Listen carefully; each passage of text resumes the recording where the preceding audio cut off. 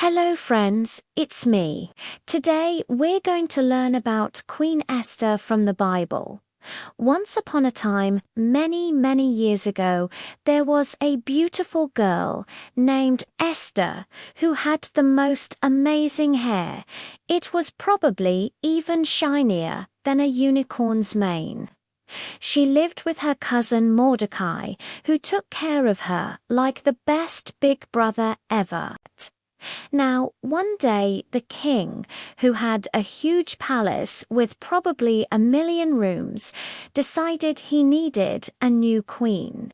So he threw the biggest beauty contest ever. All the girls in the kingdom came, all dressed up in their fanciest clothes.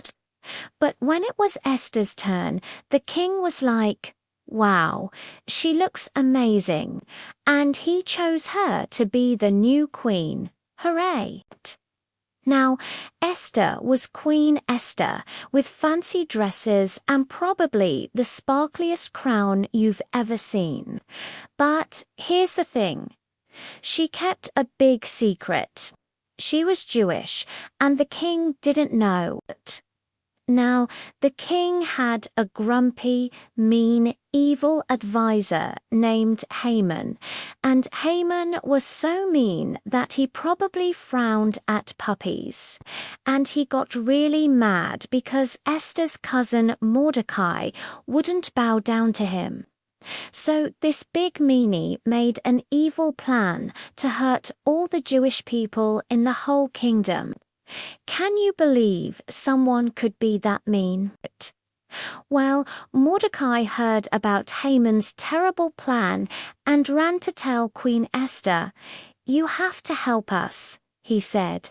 "You're the only one who can save everyone." But Esther was scared. No one, not even the queen, could go talk to the king without being invited. If she did, she might get in huge trouble. So what should she do? She prayed for 3 days. No eating, just praying. That's like skipping ice cream for 3 whole days. That's how much she wanted to help. After 3 days, Esther put on her most beautiful queen dress and walked right up to the king's throne. The king saw her and thought, "Wow, my queen looks amazing."